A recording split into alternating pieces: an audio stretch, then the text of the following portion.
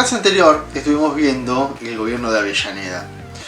Vimos cuáles fueron sus obras de gobierno, pero dejé para una clase sola una etapa que fue muy importante y que es la parte más importante de la presidencia de Avellaneda: la conquista del desierto. Pero vamos a pensar en primera medida, ¿qué es un desierto? ¿Qué es un desierto? Un desierto es un lugar donde no vive nadie, pero en realidad sí vivía gente, vivían los indígenas. Avellaneda tenía que anexar territorio a la Argentina para seguir profundizando el modelo agroexportador que Argentina venía perfilando desde hacía algunos años y que se iba a fortalecer en los años venideros. Se llamaba entonces conquista del desierto porque para los dirigentes de esa época no consideraban a los indígenas personas, lo consideraban como animales. Por lo tanto, para ellos era un desierto. No reconocían que estos aborígenes tenían cultura, ¿sí? Para ellos todo lo que era culturas antes de la llegada de los españoles no era cultura.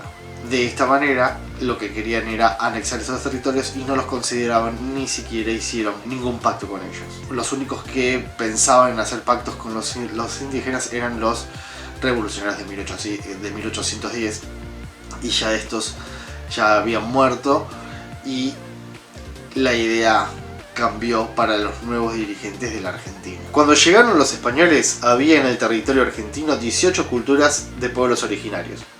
Algunas hacía 8000 años que pisaban esta tierra. Había para elegir un increíble abanico de vidas y de costumbres que poco tenían que ver entre sí.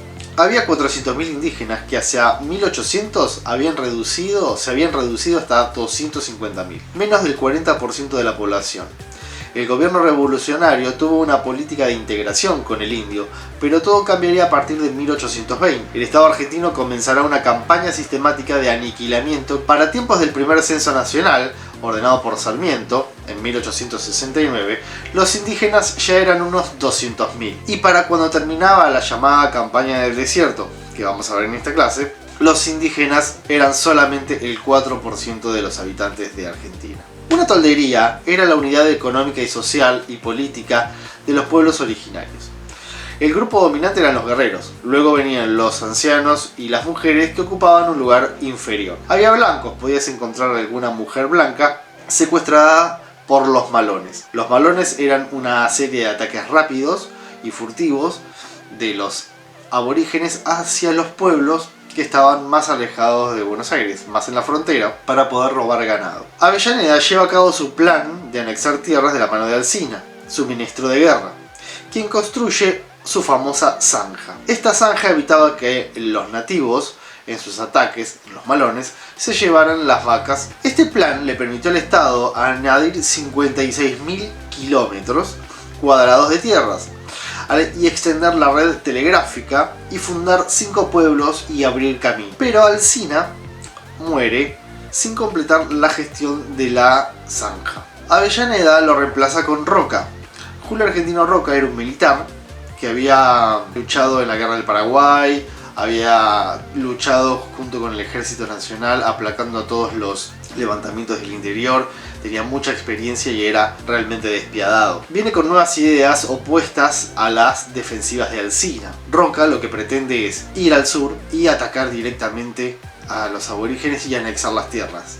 No era un plan defensivo, era un plan ofensivo. Él decía que no bastaba con matar las hormigas, sino que había que ir al hormiguero y aplastarlo. La campaña de la conquista del desierto de Roca fue financiada por las familias terratenientes argentinas, que ya tenían mucho dinero. Compraban de antemano los territorios que Roca iba a sacarle a los indígenas. Antes de que el ejército argentino saliera en la expedición, ya esas tierras estaban vendidas. Utilizando las armas más poderosas de la época, como el rifle Remington de Estados Unidos, que podía disparar varias veces antes de tener que recargarlo, a diferencia de las antiguas bayonetas de un solo disparo, el ejército argentino tenía así una gran ventaja, y más que una guerra fue un exterminio.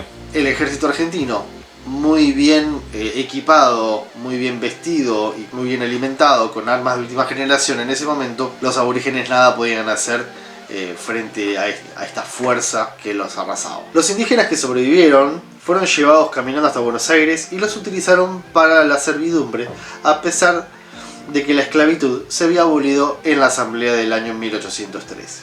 De esta manera, Avellaneda cierra el ciclo de las 3 presidencias fundacionales, anexando el territorio que necesitaba Argentina para seguir siendo un país agroexportador y profundizar este modelo. De esta manera, Argentina empieza a ser casi idéntica a la Argentina que ves hoy en el mapa. Ya el territorio de todo el sur de la Argentina ya era nuestro, vamos a decirlo así. A partir de ahora va a empezar una etapa de modernización en la Argentina. Ya con esta etapa, que fue muy sangrienta, se cierran las presidencias fundacionales.